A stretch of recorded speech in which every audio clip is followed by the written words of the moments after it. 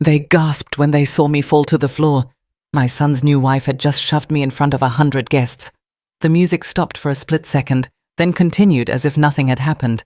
People whispered, pretending not to see the 62-year-old woman sprawled on the carpet. The bride smirked, adjusted her pearl earrings, and posed for the photographer like nothing had happened. My son looked away, straightening his tuxedo, as if I was invisible. And there I was, on the ground, holding the gift that could have changed their lives forever. A house by the ocean, a multi-million-dollar check, their entire future in one white box. They had no idea they had just pushed it all away. Before I take you into the full story, let me ask a small favor. Please subscribe if you enjoy these stories. It helps us more than you know, and I am curious. Where are you listening from today? Is it morning, afternoon, or already late at night? If it is late, I hope you will rest soon, and come back fresh to hear the rest. The truth is, this wedding was supposed to be the happiest day of my only son's life. Alex Harper, 36, successful in his career, proud to be marrying the woman he called his dream. Her name was Haley, a marketing executive with teeth so white they looked airbrushed, and a smile that could slice steel. For months, I had helped plan their big day. I lived on soup and crackers so I could write checks for flowers, catering, and photography. I bought the nicest dress I could afford, a navy blue gown with subtle beading, the first new outfit I had purchased in 3 years. I even had my hair styled at a salon, because I wanted to look presentable in their wedding photographs. The church ceremony had been lovely. I will give them that. Haley glowed in her designer gown that cost more than I had spent on clothes in 5 years. Alex stood tall, with the same confident smile that once reminded me of his late father. As they exchanged vows, I felt a wave of maternal pride. I thought, maybe today would bring us closer again. Maybe the gift I had prepared would heal the cracks between us. By the time we moved to the reception hall, the room was alive with music, champagne, and laughter. White roses lined every table. Gold accents shimmered, and waiters floated by with trays of appetizers. I found my seat at table 12, tucked away in the back with distant relatives. But I did not care. My eyes stayed on the gift table, where a box wrapped in white paper with silver ribbon sat waiting. That box held the deed to an oceanfront home in San Diego and a cashier's check for $4 million. It was not just a present. It was my sacrifice, my hope, my silent prayer that they would finally see me as more than an aging burden. Then Haley appeared. She had changed from her wedding gown into a sleek cocktail dress that hugged her figure like it was painted on. She leaned down, that perfect smile plastered across her face. "Judith, could you do me a little favor?" she asked sweetly. "Of course, dear. Anything on your special day," I said. "The photographer wants to capture family photos at the main entrance, where the lighting is perfect. But could you stand closer to the bathroom wall instead, I mean?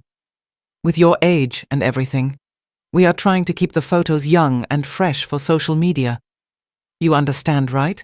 Every fork at the table paused in mid-air. Aunt Carol gasped. Even Haley's grandmother looked shocked. But Haley's smile never wavered, as if she had asked me to pass the salt. My heart pounded, humiliation burning through me. Still, I forced a polite smile. "I understand perfectly," I replied. I rose to my feet, and as I began to step away, Haley moved closer. With a subtle push to my shoulder, she sent me stumbling. My knees buckled. I fell, hitting the floor with a thud loud enough to silence the chatter around us. Gasps echoed. The photographer froze. My son, my only child, stood just a few feet away, and he did nothing. I gathered myself slowly, ignoring the pain shooting up my hip.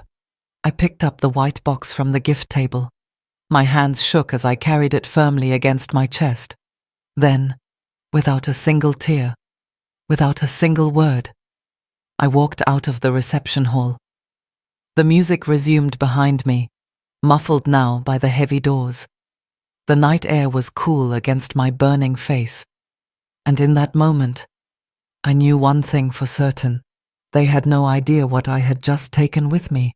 No idea that their dream life had just walked out of that hall in my hands.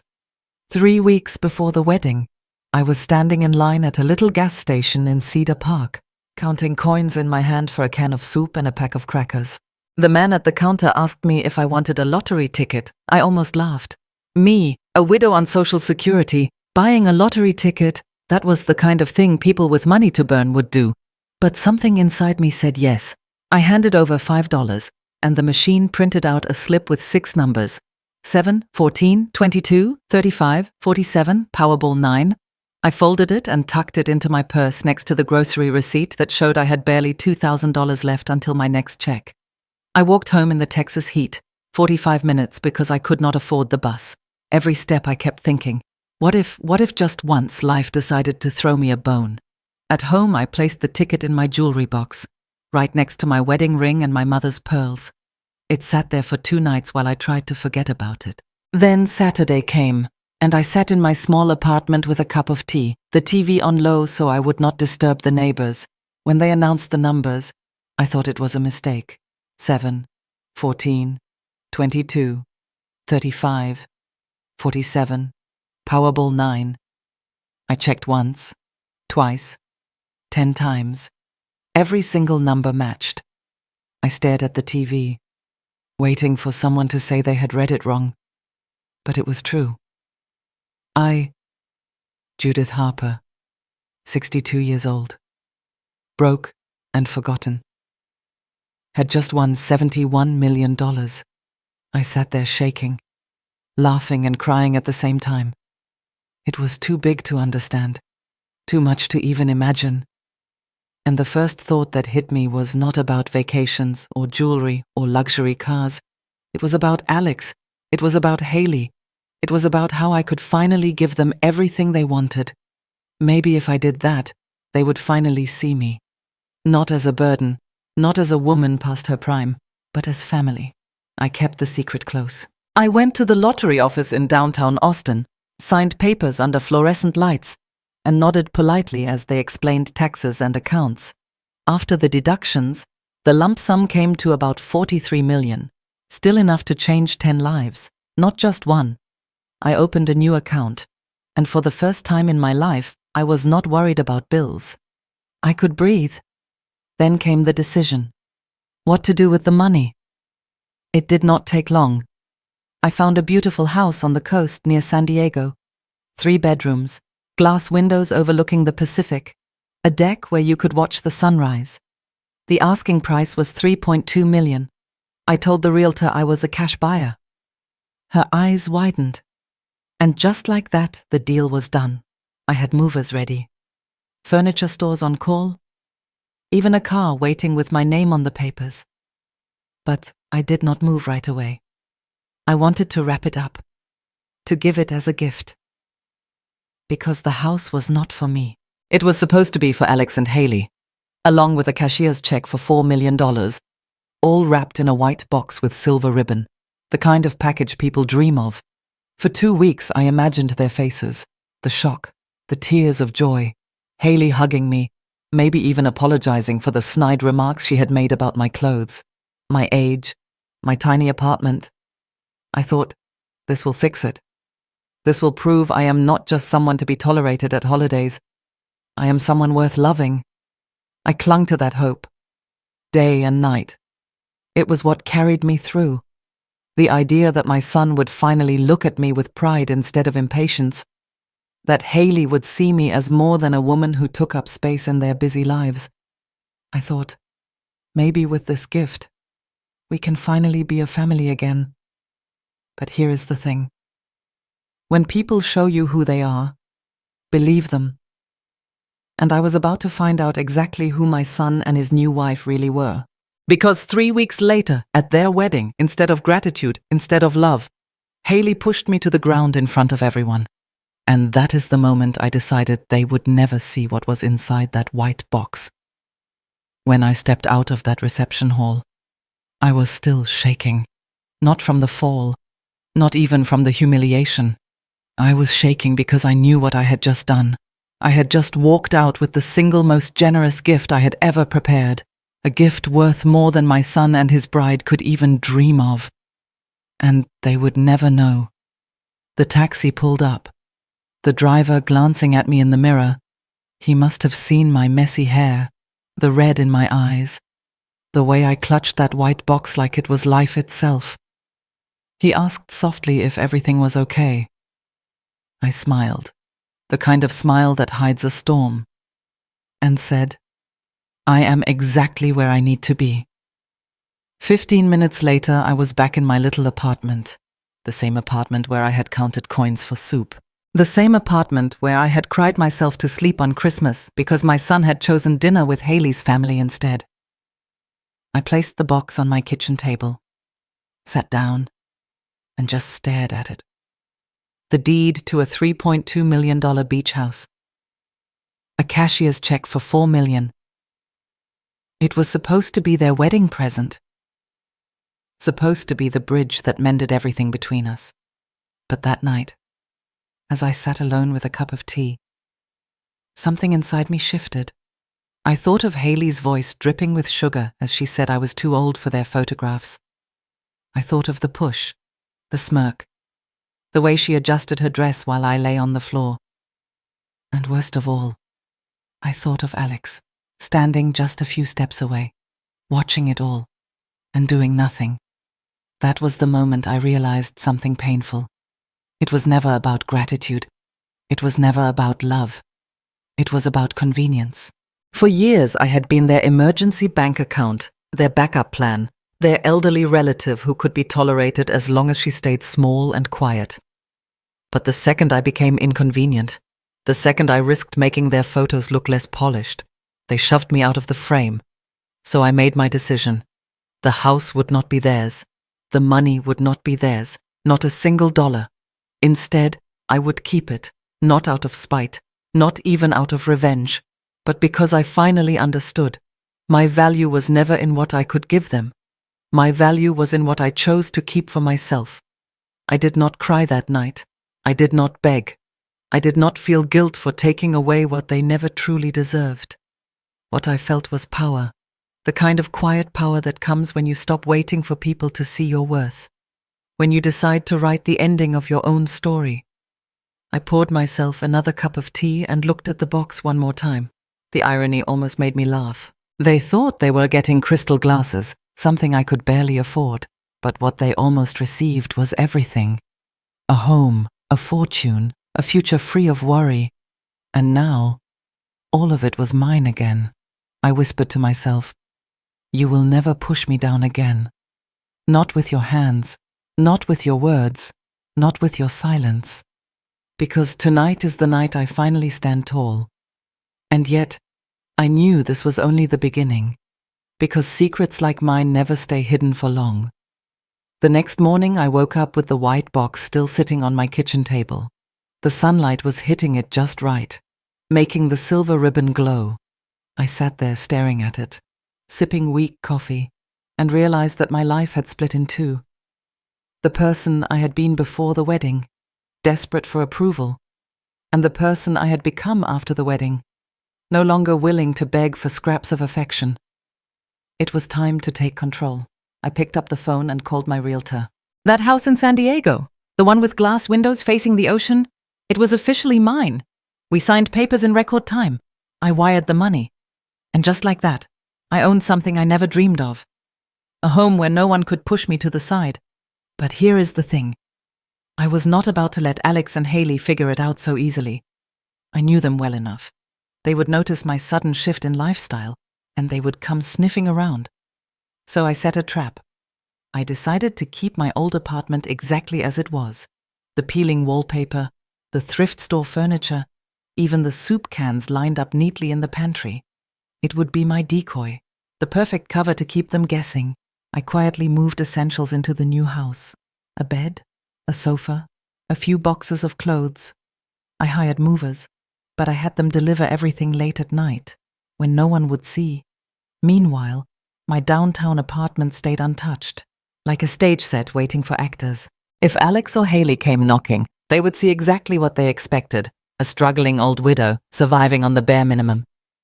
The contrast between the two homes was almost laughable. In the apartment, I still boiled water in a chipped kettle. In the beach house, I had a chef's kitchen with granite counters and top-of-the-line appliances. In the apartment, the view was a brick wall. In the beach house, every window opened to waves crashing against the shore. It was like living two lives at once, and I loved it. I even bought a modest used car, a Toyota Camry, something practical, something that would not raise eyebrows.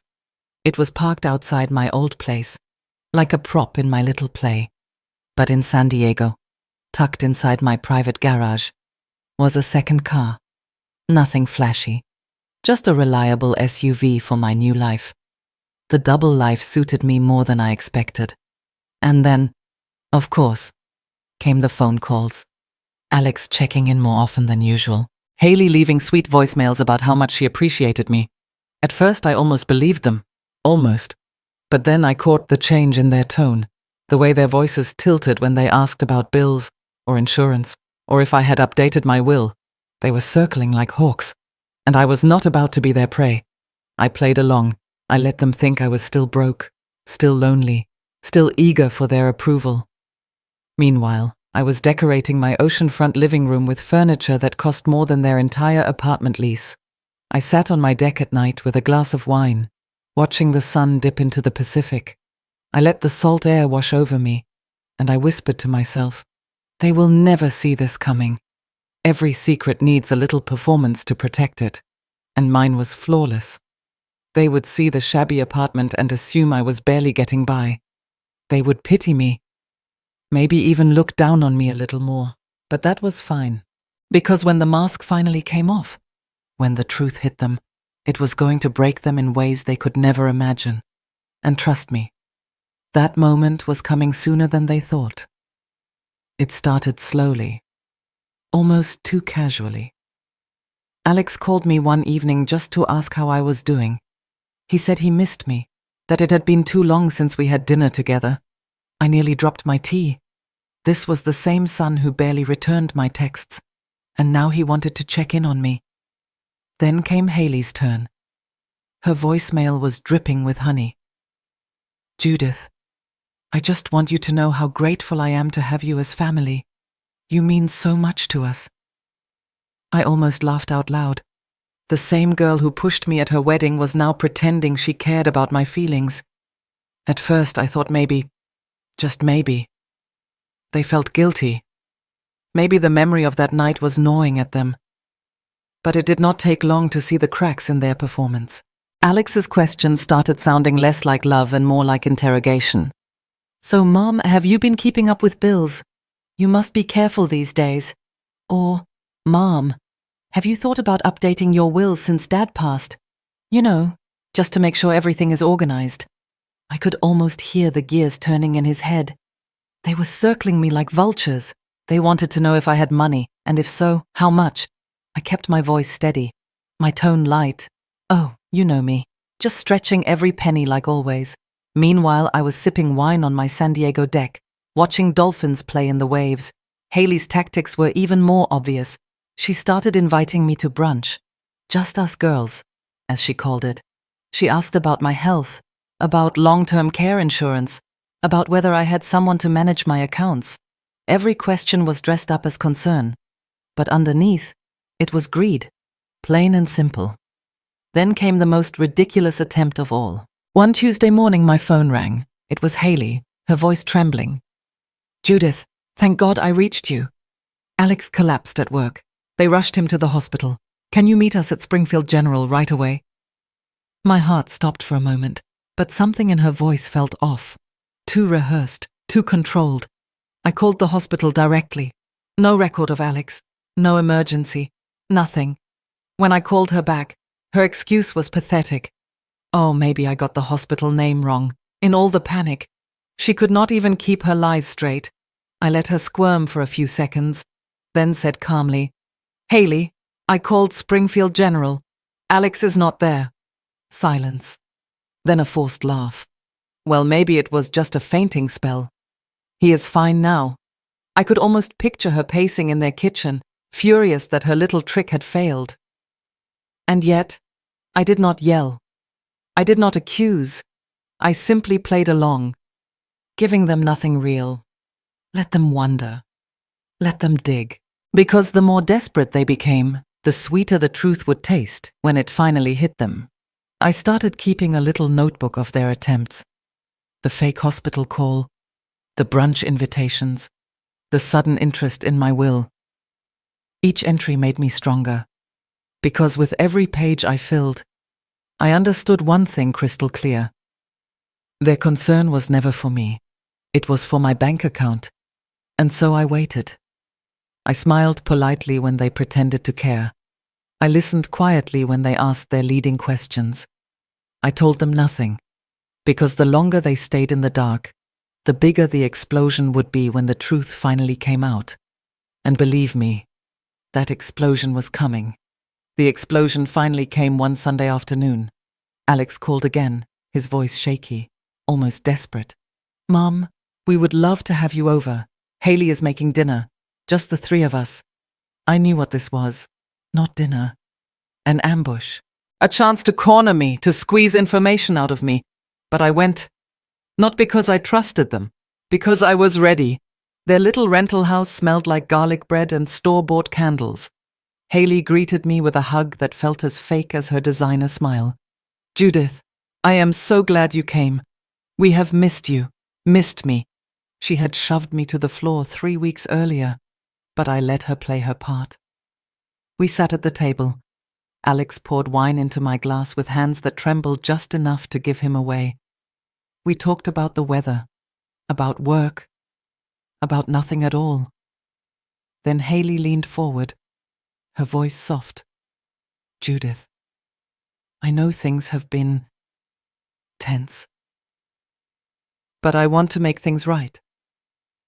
I nodded, letting her believe I was buying it. She continued. "We really are family now, and family should be honest with each other. That is why we wanted to ask if you are okay financially. We just want to know you are safe." There it was.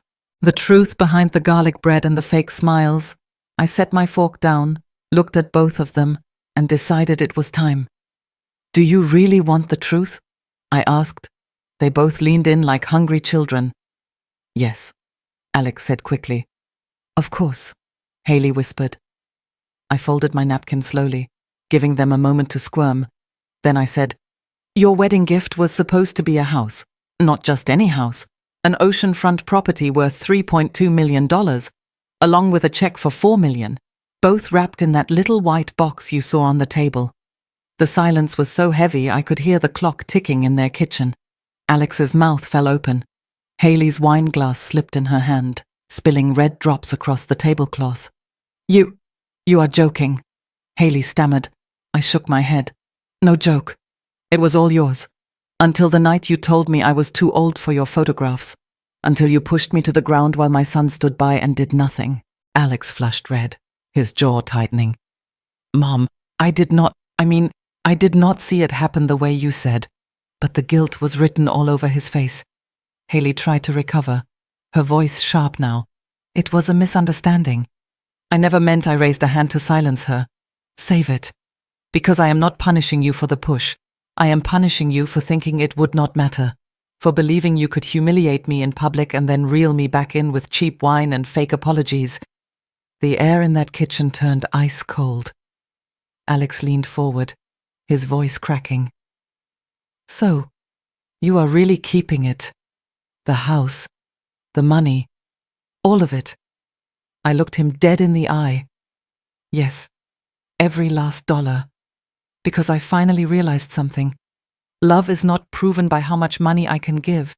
Love is proven by respect. And neither of you has shown me that." Haley's mask slipped completely then. Her face hardened, her tone cutting. "You cannot do this. We are your family. You owe us." I laughed. An actual laugh this time. "Owe you? I gave you 36 years of my life, raising a son who now looks at me as a bank account. I do not owe you anything anymore." The silence that followed was delicious. Painful for them, freeing for me. I sipped my wine slowly, savoring it like victory. And in that moment, I knew something with absolute clarity. This battle was not over. It was only beginning. Moving into the beach house felt like stepping into another world. The first morning I woke up, the sound of waves replaced the buzzing of traffic outside my old apartment. I padded barefoot across polished wood floors, opened the curtains, and there it was, the Pacific Ocean. Endless, glittering in the sun. For the first time in years, I felt alive. The movers had set up my new leather sofa, a dining table that could seat 8, and a bed so soft it made me laugh when I lay down.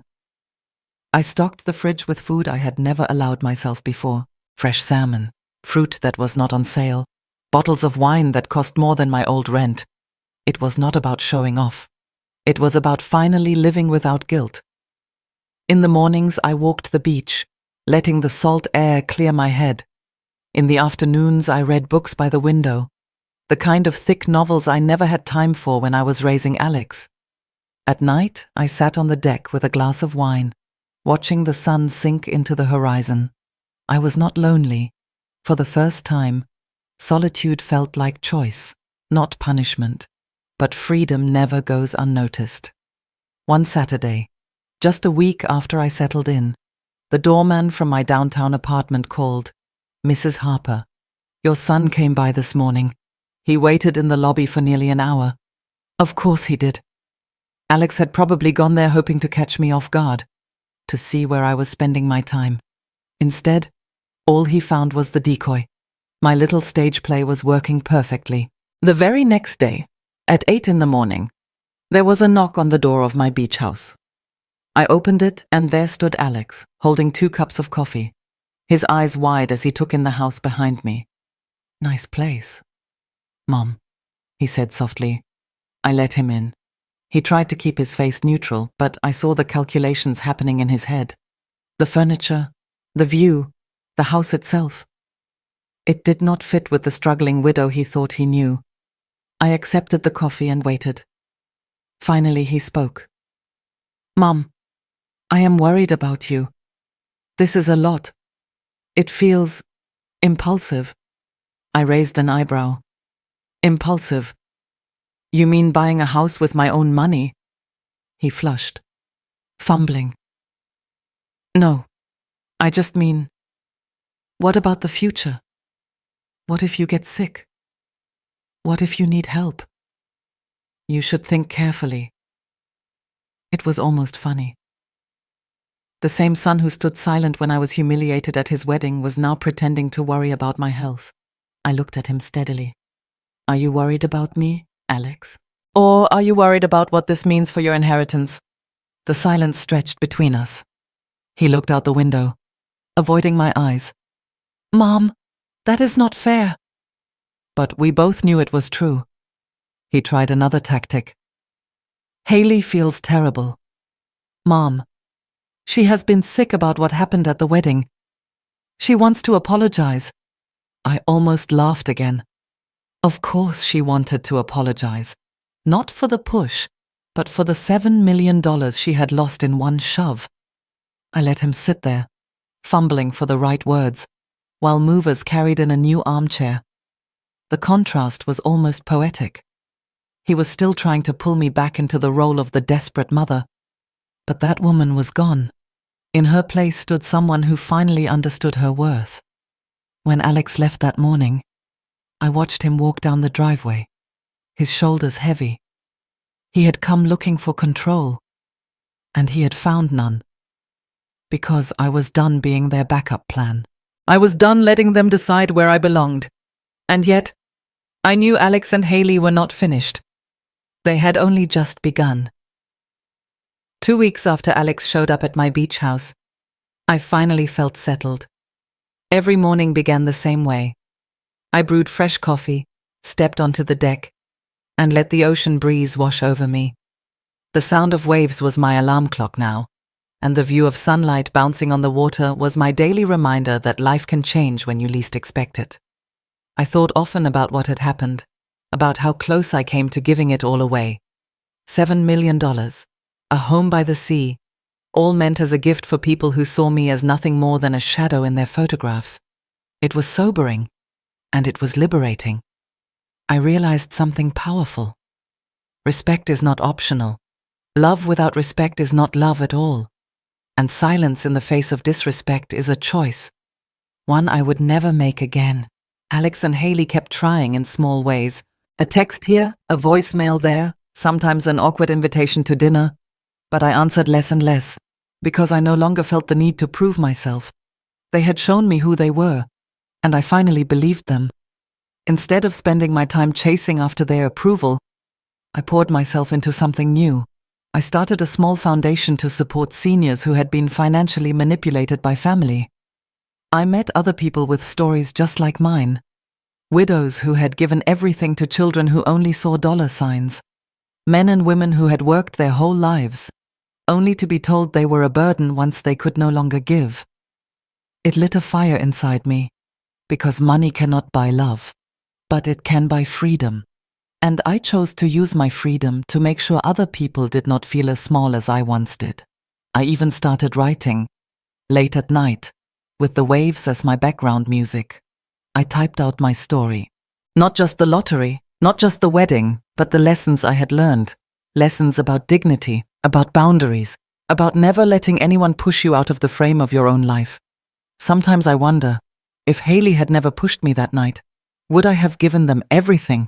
Probably yes, and I would have lost myself in the process. So maybe the fall that night was exactly what I needed, not a humiliation, but a wake-up call. And maybe that is the lesson here.